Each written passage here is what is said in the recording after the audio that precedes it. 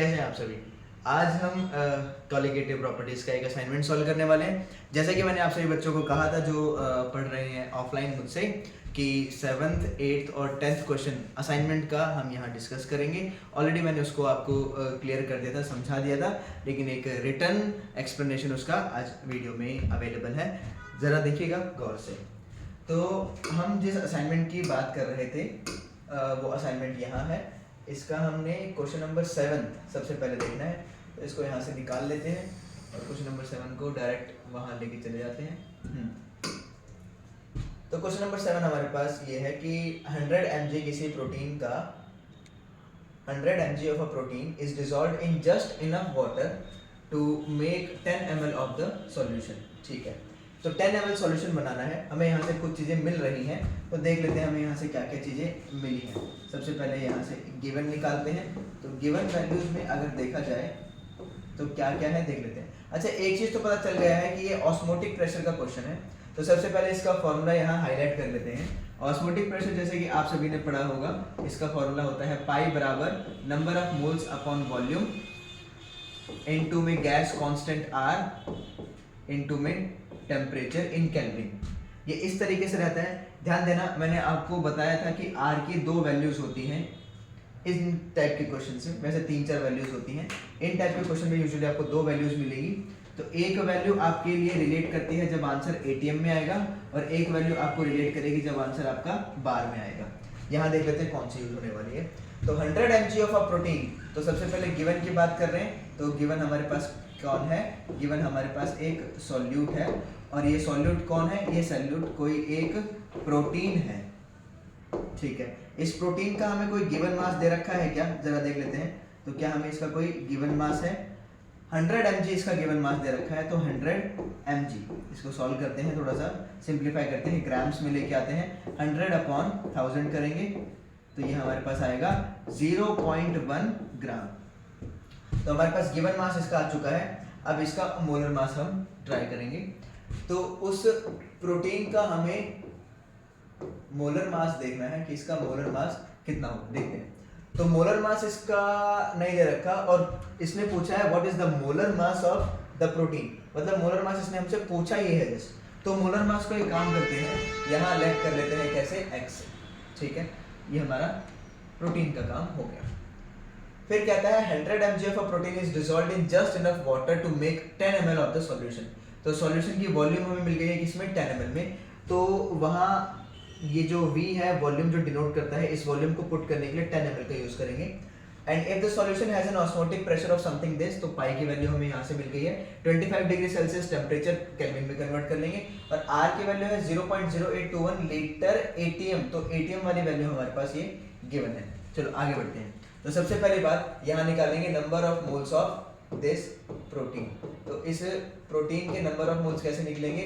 Number of moles का formula आप सभी जानते होंगे, गिवन मास डिवाइडेड बाय में क्या? Molar mass. तो गिवन मास हमारे पास कितना था? 0.1 ग्राम, और मोलर मास हमने कितना माना है? हमने माना है x। तो हमारे पास नंबर ऑफ मोल्स आ गए ये। चलिए आगे, अब बात करते हैं किसकी? पूरे के पूरे सॉल्यूशन की।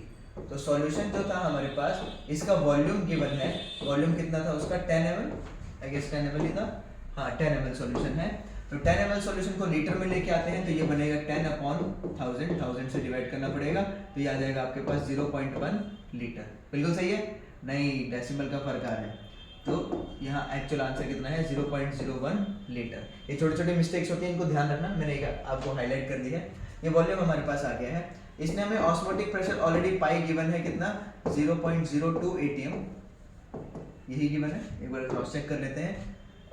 0.02 atm। टेम्परेचर 25 डिग्री सेल्सियस है, तो टेम्परेचर इसमें कितना दे रखा है? 25 डिग्री सेल्सियस। इसको केल्विन में कन्वर्ट करो, 25 प्लस 273, तो हमारे पास आएगा कितना? 298 केल्विन। और क्या गिवन है? R की वैल्यू इसने दे रखी है 0.0821 atm litre mole inverse kelvin inverse. इसको सॉल्व करते हैं अलग से। ठीक है, तो हमने लगाया है इसमें फॉर्मूला अकॉर्डिंग टू फॉर्मूला। पिछली स्लाइड को आप जब सॉल्व करेंगे तो पॉज कर लीजिएगा वहाँ वीडियो, और उसको नोट डाउन कर लीजिएगा। अकॉर्डिंग टू फॉर्मूला पाई बराबर number of moles upon volume into R into T. Pi की वैल्यू गिवन है 0.02 equals to number of moles हमारे पास थे 0.1 divided by X whole divided by volume कितना था, वॉल्यूम था 0.01 लीटर मल्टीप्लाइड बाय आर की वैल्यू थी 0.0821 इंटू में टेम्परेचर था हमारे पास 298। इसको थोड़ा सा सिंप्लीफाई करते हैं, 0.02 इक्वल्स टू एक्स नीचे चला जाएगा 0.1 अपॉन 0.01 इंटू में एक्स और इसके आगे कौन है 0.0821 इंटू में 298। सारी चीज़ों को इधर लेके जाते हैं, देखते हैं हमें क्या इसको सिंप्लीफाई कैसे करना है। तो इधर नीचे x है, x इस तरफ जाएगा तो मल्टीप्लाई में आ जाएगा और यही x हमें चाहिए और ये 0.02 जो है इसको हमें यहाँ नहीं रखना है, इसको हमें कहीं और लेके जाना है। तो x multiplied by 0.02 equals to 0.1 upon 0.01 into में 0.0821 मल्टीप्लाइड बाय 298। अब ये x हमें चाहिए अकेला, इस 0.02 को नीचे ले आएंगे, कैसे होगा देखना।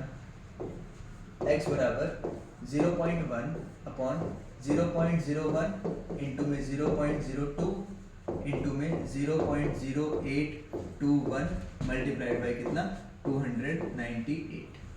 x की वैल्यू हमारे पास आएगी कैसे, पहले सारे डेसिमल हटाते हैं, इसमें जो भी 10 का लॉस गेन है वो करते हैं। 1 अपॉन 1 इंटू 2 इंटू में 821 इंटू में 298 मल्टीप्लाइड बाय। अब देखते हैं कितने जीरोस ऊपर नीचे जाएंगे। तो ऊपर कितने थे डेसिमल, डेसिमल के बाद में 1, डेसिमल के बाद 1 2 3 4, तो 4 है तो नीचे आ जाएंगे हमारे पास 1 0 0 0, 4 जीरो आ गए। नीचे से ऊपर कितने जाएंगे 1 2 3 4, तो ऊपर भी जा रहे हैं 1 2 3 4, तो ये पूरी वैल्यू एक दूसरे से कैंसिल आउट हो जाती है। 2 को हम यहाँ से काट सकते हैं 298 से, तो ये कटेगा 149 पे। तो x की वैल्यू हमारे पास कुल मिला के बच जाती है 821 इंटू में 149। x की वैल्यू यहाँ आप कैलकुलेट कर लेंगे, या आपका आंसर आएगा इसमें ग्राम्स में।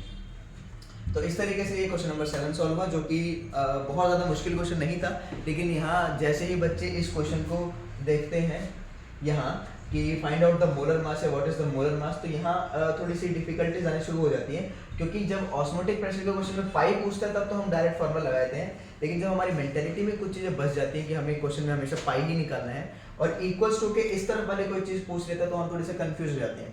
कुछ नहीं करना, मोलर मास अगर ना दिया हो या गिवन मास ना दिया हो, उसको आप x सेलेक्ट कर लो और उसके अकॉर्डिंग आप इसको आगे सॉल्व कर सकते हो।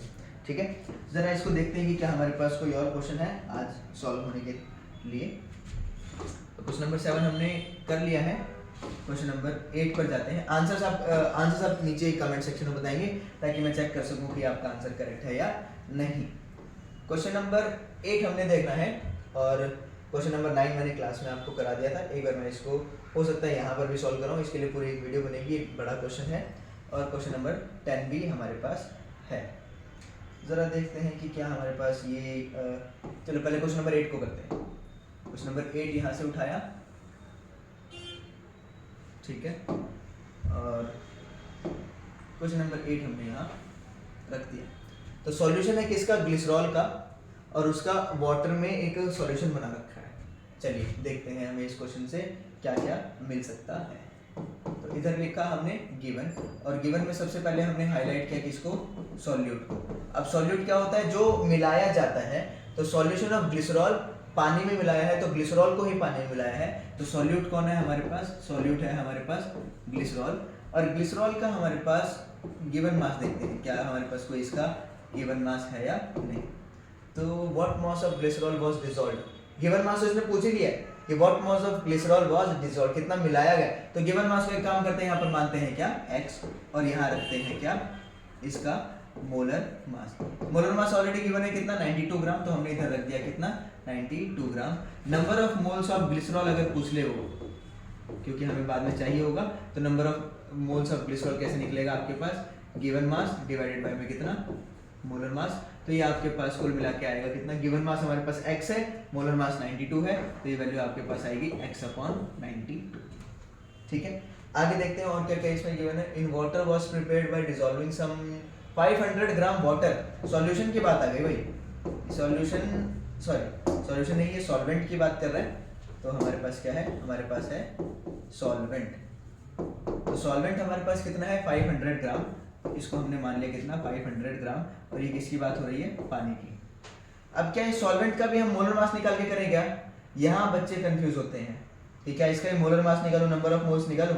नहीं, दोनों के नंबर ऑफ मोल्स आपको कब चाहिए, जब आप क्वेश्चन सॉल्व करोगे किसका, वेपर प्रेशर का। जब आप वेपर प्रेशर का क्वेश्चन करेंगे तब आपको दोनों के नंबर ऑफ मोल्स निकालने पड़ेंगे, क्योंकि आपको वहां मोल फ्रैक्शन की जरूरत पड़ती है।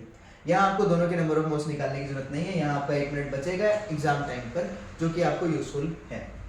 तो यहाँ हमें क्या करना है, जरा देखते हैं पहले ये क्वेश्चन पूछ क्या रहा है, इसका फॉर्मूला क्या है। तो कहीं से हमें एक हिंट मिला, केवी दे रखा है।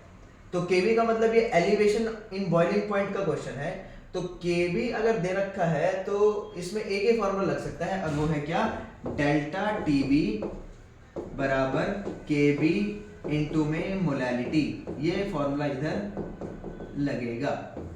तो डेल्टा टीवी बराबर केवी इनटू मोलैलिटी, और मोलैलिटी हमें पता है क्या होता है, number of moles of solute divided by mass of solvent in KG. Mass of solvent in KG, तो सॉल्वेंट ये है, इसका मास ही चाहिए हमें केजी में। डायरेक्ट इसको केजी में करते हैं तो होगा 500 डिवाइडेड बाय 1000, तो ये हो जाएगा आपके पास 5/10 केजी। अब कहने को तो आप यहाँ पर इसको इजीली सॉल्व कर सकते हो, इसको 0.5 कर सकते हो या 1/2 भी कर सकते हो, कोई दिक्कत नहीं है। लेकिन इसको ऐसे रखो, हो सकता है आगे 10 किसी के साथ अपने आप ऑटोमेटिकली कैंसिल आउट हो जाए। देखते हैं आगे। This solution has a boiling point of 100.42। चलिए, तो सॉल्यूशन जो है उबल रहा है कितने पे, सॉल्यूशन का फाइनल बॉइलिंग पॉइंट दे रखा है 100.42 डिग्री सेल्सियस। चलिए, और कुछ है क्या इसके अंदर। What mass of glycerol was dissolved, हमें x निकालना है। Kb की वैल्यू है 0.512, इसको यूज कर लेंगे। लेकिन इसने हमें इसका इनिशियल बॉइलिंग पॉइंट नहीं दिया कि शुरुआत किधर से हो रही है। फाइनल बॉइलिंग पॉइंट तो इसने दे दिया, the solution has a boiling point of इतना, तो फाइनल दे दिया, इनिशियल नहीं पता है। तो इस क्वेश्चन में आप अटक जाओगे। अब इसके लिए क्या करना है, बहुत इजी कंसेप्ट है। पानी की बात हो रही है ना भाई, वाटर, तो वाटर तो 100 पे उबलता है। तो इनिशियल बॉइलिंग पॉइंट उसने दिया ना हो, लेकिन हमें पता होना चाहिए टी नॉट बी पानी के लिए कितना होगा, कि टी नॉट बी जब यहाँ बात हो रही है किसकी, वाटर की, तो ऑटोमेटिक सी बात है यहाँ कितनी बात हो रही है, 100 डिग्री सेल्सियस की। अब केवी की वैल्यू जरा इसके अंदर डाल देते हैं। केवी की वैल्यू है 0.512 केल्विन केजी मोल इनवर्स। और ध्यान देना, इस केवी का एक और नाम भी है, और वो है क्या,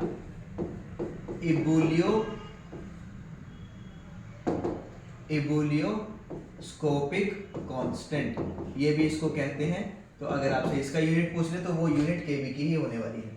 अब डायरेक्ट फॉर्मूला लगाते हैं जरा इसके अंदर। According to